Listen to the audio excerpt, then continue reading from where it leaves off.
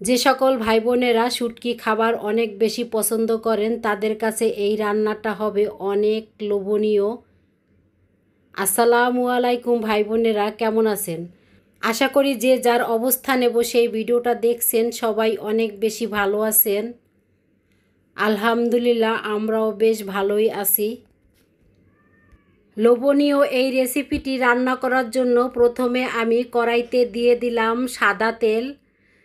তা এখানে একটু তেলের পরিমাণটা আমি বেশি দিয়েছি, কারণ যে কোনো শাক রান্নাতে একটু তেলের পরিমাণটা বেশি দিলে শাকের পুষ্টির গুণাগুণটা কিন্তু পরিপূর্ণ থাকে।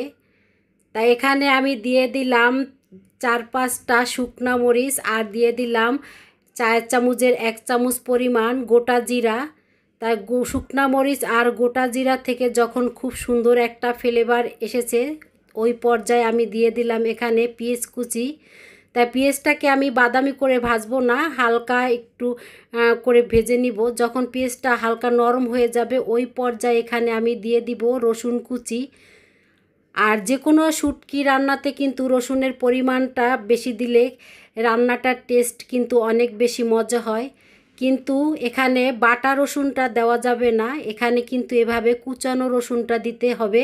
কারণ কুচানো রসুনটা বেশি দিলে সেক্ষেত্রে স্বাদটা কিন্তু আরও বেড়ে যায়, কিন্তু বাটা রসুনটা বেশি দিলে সেক্ষেত্রে কিন্তু এই রান্নাটার টেস্টটা আরও খারাপ হয়ে যেতে পারে, কারণ তখন কিন্তু রসুনের ফ্লেভারটা বেশি পাওয়া যায়।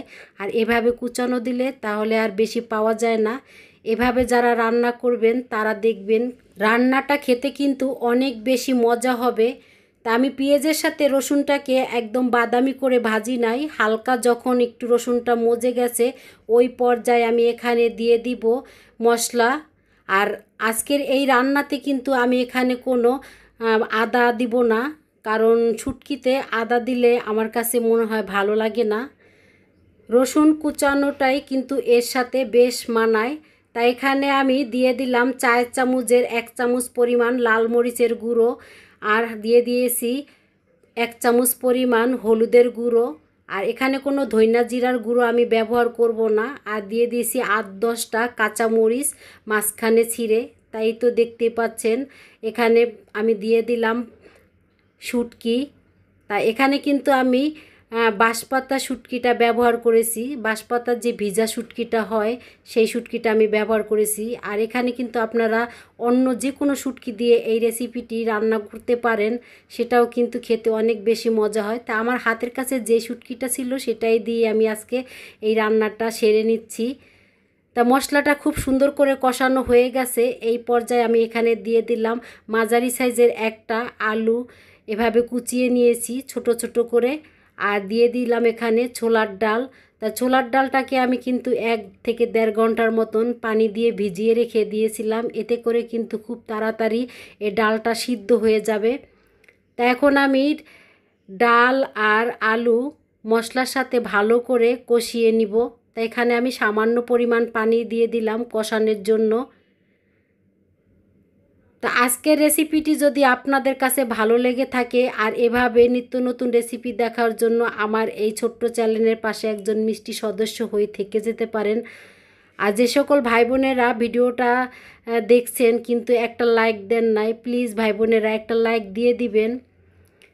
তা আমি 5-7 মিনিটের মতন ভালো করে কষিয়ে নিয়েছি, চুলার আঁচটা মিডিয়াম থেকে সামান্য লোতে রেখে আর ঢাকনা দিয়ে ঢেকে রেখেছিলাম। একটা ছোলার ডাল আমি হাত দিয়ে টিপে দেখলাম যে ডালটা সিদ্ধ হয়েছে কিনা, কিন্তু না, এখন পর্যন্ত ডালটা ভালো করে সিদ্ধ হয় নাই। তাই এখানে এজন্য আমি সামান্য পরিমাণ আবার একটু পানি দিয়ে দিব।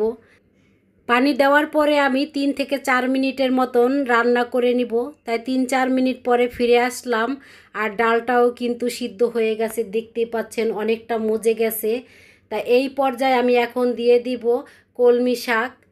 আর এই রান্নাতে আমি আর কোনো পানি ব্যবহার করব না, এই শাকের থেকে যেই পানিটা বের হবে সেই পানিতেই আমি এই শাকটাকে রান্না করে নিব, কারণ এখানে আলু আর ডালটা কিন্তু অলরেডি সিদ্ধ হয়ে গেছে।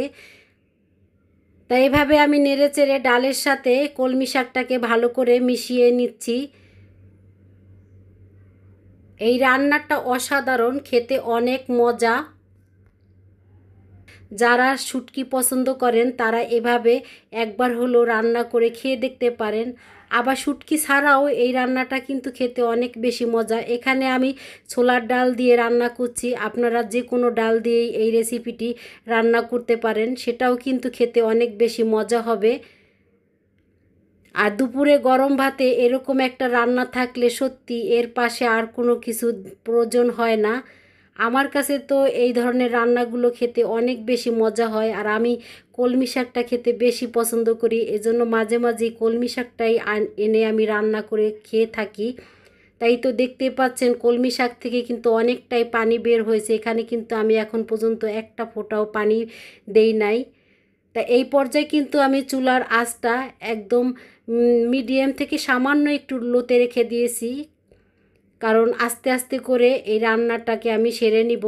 এই তো দেখতেই পাচ্ছেন রান্নাটা কিন্তু অলরেডি কমপ্লিট হয়ে গেছে। এখন আমি চুলার আঁচটা একদম নিভিয়ে দিব। তা আজকের রেসিপিটি আপনাদের কাছে কেমন লেগেছে অবশ্যই কমেন্ট করে জানাবেন। আর যদি এই ভালো লেগে থাকে তাহলে এই ছোট্ট চ্যানেলের পাশে একজন মিষ্টি সদস্য হয়ে থেকে যেতে পারেন। আজকের মতন এই পর্যন্ত, আবার দেখা হবে নতুন একটা রেসিপিতে। সেই পর্যন্ত আল্লাহ হাফেজ, আসসালামু আলাইকুম। সবাই ভালো থাকবেন, সবাই সবার জন্য দোয়া করবেন, কেমন?